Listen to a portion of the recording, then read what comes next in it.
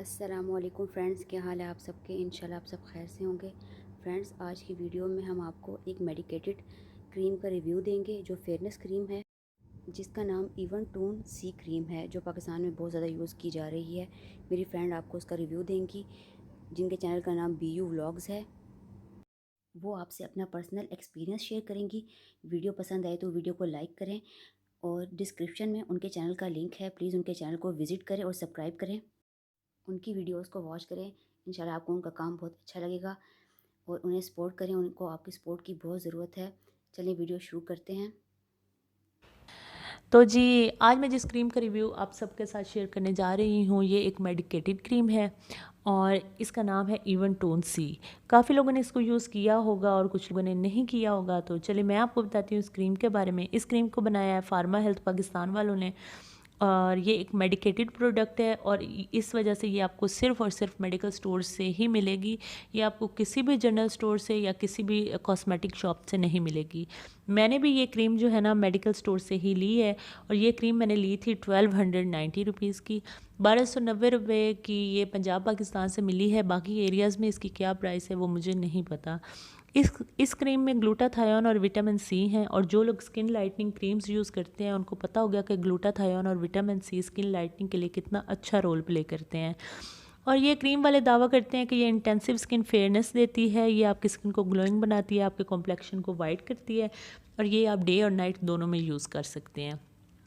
तो चलिए मैं अब आपको बताती हूँ मेरा जो एक्सपीरियंस इस क्रीम के साथ रहा है, मेरा पर्सनल एक्सपीरियंस क्या रहा इस क्रीम के साथ।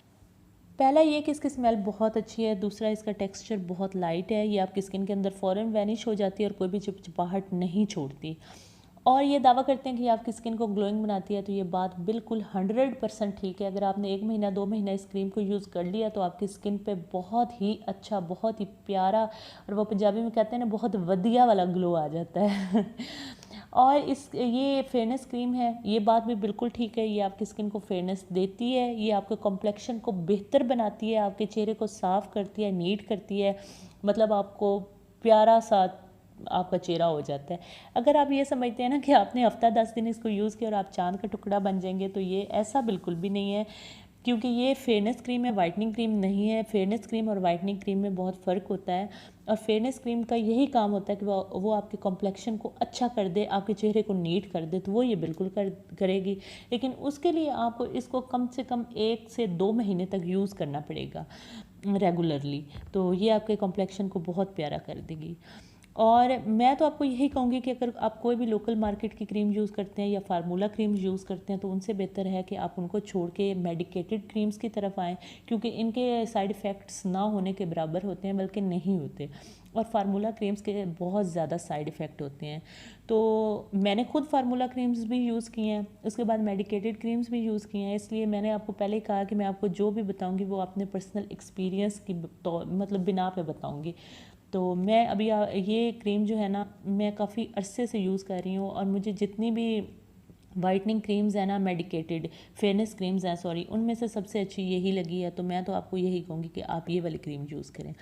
उसके अलावा अगर आप मुझे कहेंगे तो मैं आप लोगों के साथ ज़रूर शेयर करूँगी कि मैंने कैसे फार्मूला क्रीम्स इस्तेमाल की, कौन कौन सी क्रीम्स मैं यूज़ करती थी। जब मैंने उनको छोड़ा तो मेरे जो चेहरे का हशर नशर हो गया था, उसको फिर कैसे मैंने ठीक किया, मैंने क्या यूज़ किया, मैं आपके साथ ज़रूर शेयर करूँगी।